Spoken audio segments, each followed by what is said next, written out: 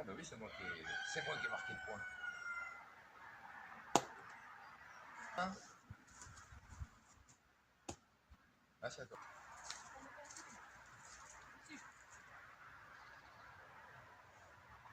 Oh, ça y est, t'as le point. Yes! C'est quand même un peu loin, mais... Oui, je sais pas. Oh, bah moi j'ai rien du tout. Voilà. Allez. Ah ouais, vas-y, bah de toute façon, t'as gagné sur celle-là. Salut les amis, j'espère que vous allez super bien. Vous voyez le petit jeu de palais là, gratuit. Je vais vous montrer comment couler votre propre plaque de plomb. Et pour que ça vous coûte 0 € si ce n'est les palais. Allez, c'est parti!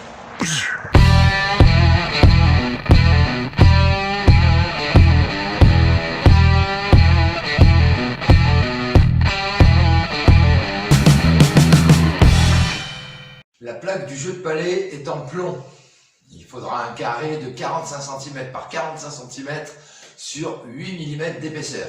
Pour faire le gabarit, rien de compliqué, il va te falloir une belle plaque de bois qui bien évidemment sera de 48 à 50 cm de carré. Voilà, et il va te falloir des petits litos. Allez, on passe à la découpe et on fabrique le gabarit. Alors pour faire le gabarit, rien de compliqué, on prend le petit lito. Alors moi j'ai pris du 27-27, hein. Tu prends des petits tasseaux de bois qui font minimum 1 cm puisque notre plaque va faire 8 mm d'épaisseur. J'ai déjà fait 2 morceaux de 45 cm.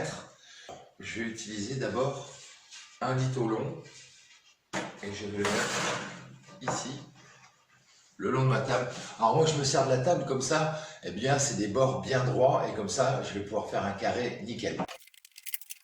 Une fois qu'avec mes serre-joints j'ai bloqué mon premier lito, le lito qui fait 45, je viens le poser au bord de ce lito là.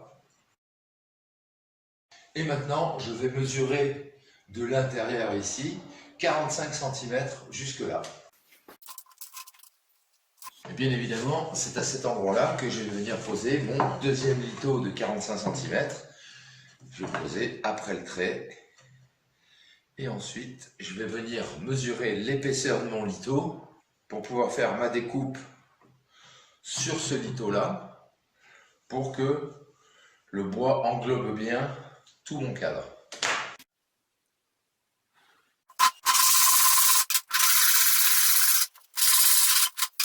Ce morceau que je viens de préparer, eh bien, je lui fais son jumeau pour qu'il aille de l'autre côté. Maintenant, j'ai plus qu'à repositionner tous mes tasseaux pour vérifier que j'ai un bon carré 45 par 45.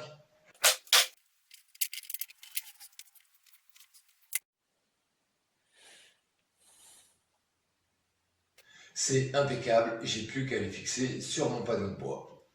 Moi, c'est une planche d'aggloméré qui fait 20 mm d'épaisseur, c'est de la récup, pas la peine d'aller acheter en magasin si t'en as pas.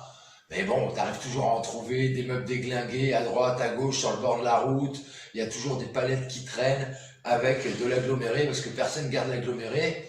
Moi, j'en garde toujours un peu. La preuve, ça permet de faire des petits projets sympas sans avoir un radis à sortir. Cette plaque, je vérifie au moins à un endroit qu'elle est à l'angle droit, donc équerre à chapeau. Et donc ici, eh ben, je suis sûr, c'est bon, que ma plaque est à l'équerre, donc je vais pouvoir commencer mon carré. Au préalable, dans chacune de mes barres, j'ai dessiné 1 cm ici en bas. Et comme ça, ça va me permettre de voir le niveau qu'il me faut en plomb. Donc, eh bien, on recommence. On reporte au premier côté. On refait le même schéma de construction. On réutilise des petits serre-joints. Et donc là, notre premier lito, on va venir le visser sur la plaque. Comme ça, après, on va pouvoir tourner la plaque au fur et à mesure et visser nos autres litos. Puisque toutes les mesures sont bonnes, on va avoir un carré parfait.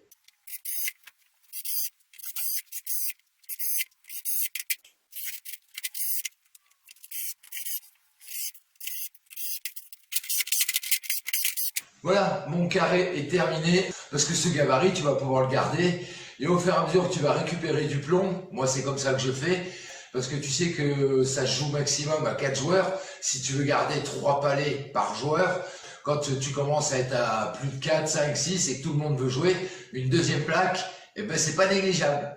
Bon voilà, j'ai fini ma plaque, alors j'ai découpé autour, comme ça c'est moins lourd, moins chiant à porter. Et les vis, elles dépassaient, donc derrière il faut découper les vis, parce qu'il va falloir poser le gabarit à plat, à la bulle, bien de niveau, pour que quand tu vas couler le plomb à l'intérieur, eh bien tout se dépose homogènement partout et que tu aies la même épaisseur partout sur ta plaque. Pour récupérer le plomb, il n'y a pas 36 solutions, soit tu en démontes chez toi, alors moi c'est le cas, j'avais des vieux solins en plomb. Tu vois, dès le départ, les solins, ils ont été posés n'importe comment, donc outre le silicone dégueulasse là, voilà, et tu vois celui-ci, il chevauche celui-ci alors que ça devrait être l'inverse, celui-ci devrait être au-dessus celui-là. Voilà, donc c'est plein de petites malfaçons comme ça. On passe au démontage. Zou.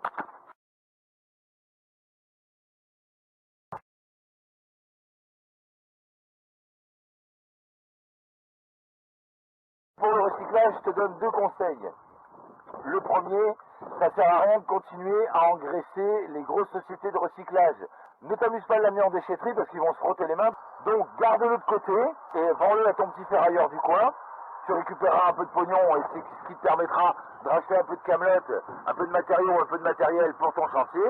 Ne l'emmène pas à la déchetterie parce que je te dis, les mecs à la déchetterie, soit ils vont se le mettre de côté pour mettre dans le coffre de leur bagnole et c'est eux qui l'emmèneront chez un ferrailleur, malgré que maintenant ce soit surveillé. Mais il y a encore des petits filous, il y a encore des petits malins, donc vaut mieux que ce soit toi qui sois plus malin qu'eux, surtout que ça c'était chez moi, tu vois, donc quelque part quand j'ai acheté le bordel, ça m'appartient donc je l'ai payé, donc autant que je récupère de la thune dessus, tu vois. Ce que je vais faire, je vais correctement désolidariser le plomb du métal, le métal ira sur mon tas de ferraille et le plomb je le mets dans un seau. Et quand j'en vais en avoir 20 ou 25 kilos, ce que je vais faire, je vais me faire une plaque de palais, une plaque en plomb. Mais ça me fait chier de laisser du pognon à tous ces gratteurs de mort là, qui te prennent un pognon phénoménal déjà en TVA, en taxes X et Y. Et en plus, il faut leur ramener tes affaires pour qu'eux, ils fassent de la thune dessus. Donc je garde et je le revalorise à ma façon. Ça peut être aussi, voilà, alors là, tu vois, c'est une évacuation de toit pour VMC. Alors celle-là, je la garde. Je vais pas m'amuser à enlever le plomb parce que j'aurais besoin de plomb. Alors que cette bavette de toit, elle est toute neuve. C'est de la récup dans les poubelles. Sur un chantier, c'est pareil. Donc là, je vais le garder parce que soit je peux m'en servir pour VMC dans la cuisine, dans le bâtiment, etc. pour nous. Ou alors je peux tout simplement la revendre. Ça, c'est 60 €. Tu vois, je vais la vendre 30 balles et je l'ai ramassée dans les poubelles et j'aurais gagné 30 balles. Donc là, je vais la garder. Après, il y a aussi les tuyaux en plomb. Alors, toutes les évacuations, les anciennes évacuations, eh bien, les raccords étaient en plomb, etc. Donc ça, si tu arrives à en démonter et en garder, ou tu en trouves à droite, à gauche, alors le plomb, comment le reconnaître? Eh bien, je viens de te montrer, tu vois.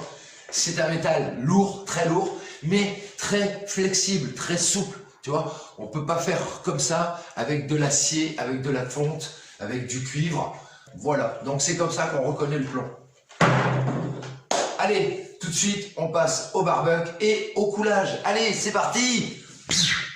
Vite! Donc nous voilà dans notre petit bout de jardin où on a notre petit barbecue d'été, on en a déjà fait 2 ou 3, alors qu'on est que fin février, on va arriver début mars. Ça va permettre de continuer à entretenir, tu vois, enlever tout ce qui est les petits bois morts, voilà, ça va permettre de nettoyer. Alors petite gamelle de récup, comme ça c'est impeccable. Faut bien les nettoyer, parce que sinon ça va se retrouver dans ton plomb. Et après, même la merde, elle va remonter au-dessus. Donc j'ai une petite écuelle pour enlever les scorilles, les rejets, toutes les cochonneries qui sont pas bonnes dans le plomb. Et comme ça, on va être tranquille. Allez, je les mets sur le feu.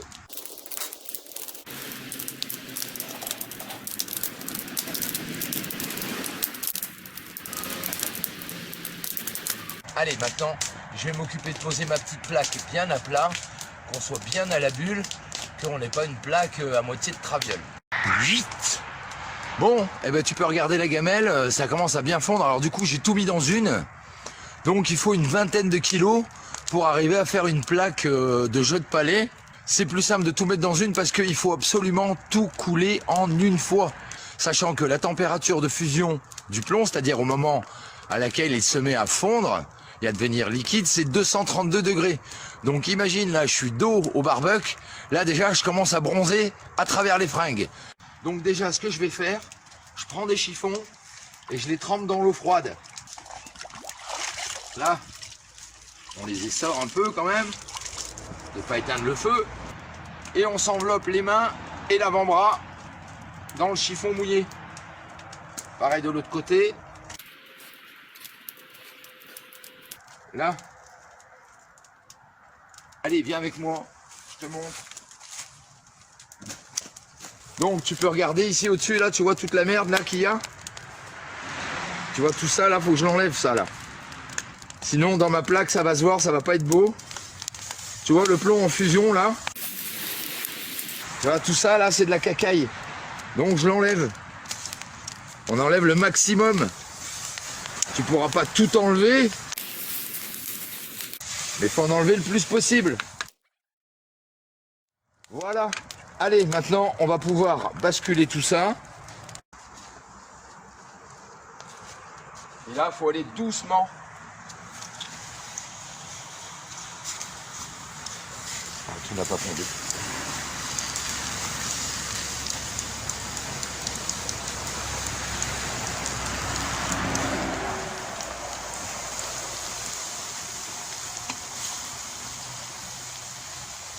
Ok. Bon, mais maintenant, hein, les vapeurs, elles s'en vont vers là-bas. Là, c'est le bois qui cuit, hein, c'est normal. Et on laisse refroidir pendant 3-4 heures, tranquillement. Voilà, allez, à tout de suite. Maintenant que notre plaque, elle est bien froide, on va pouvoir la démouler. Là, il y a juste à la sortir. Voilà, hop. Alors, quand tu la fais toi-même comme ça, c'est sûr qu'elle n'est pas toute lisse, toute belle, toute propre, comme quand tu l'achètes dans le magasin. Et dans le magasin, c'est 90 €. Donc là, c'est du plomb que j'ai récupéré. Donc, ça m'a coûté rien du tout. Ça va me coûter 25 €, un jeu de 12 palets avec un petit. Et c'est tout ce que ça va me coûter. Là, à la rigueur, on va regarder, voilà, un petit coup de brosse métallique.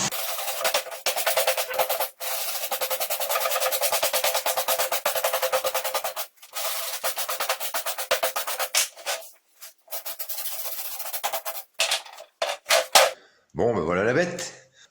Alors oui, ben on retourne de temps en temps la plaque hein, pour jouer, etc. Donc là, ça fait un peu les cratères de la Lune. Oh, bon ben... Et alors, pour les cratères de la Lune, ce que je vous disais là, hein, tu peux t'apercevoir que t'as vu, les palets, ils commencent à faire leurs emplacements, leurs empreintes.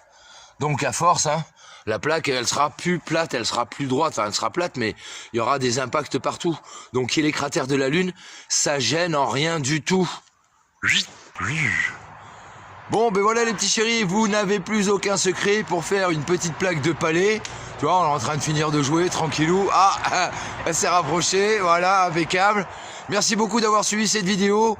Et comme toujours, pense à la récup, la preuve, le plomb gratuit, le bois gratuit. Soyez inventifs, créatifs et ingénieux, surtout restez-le. Et prenez bien votre temps pour tout le temps faire de votre mieux. Une jolie petite plaque de palais ou tout ce que vous voulez.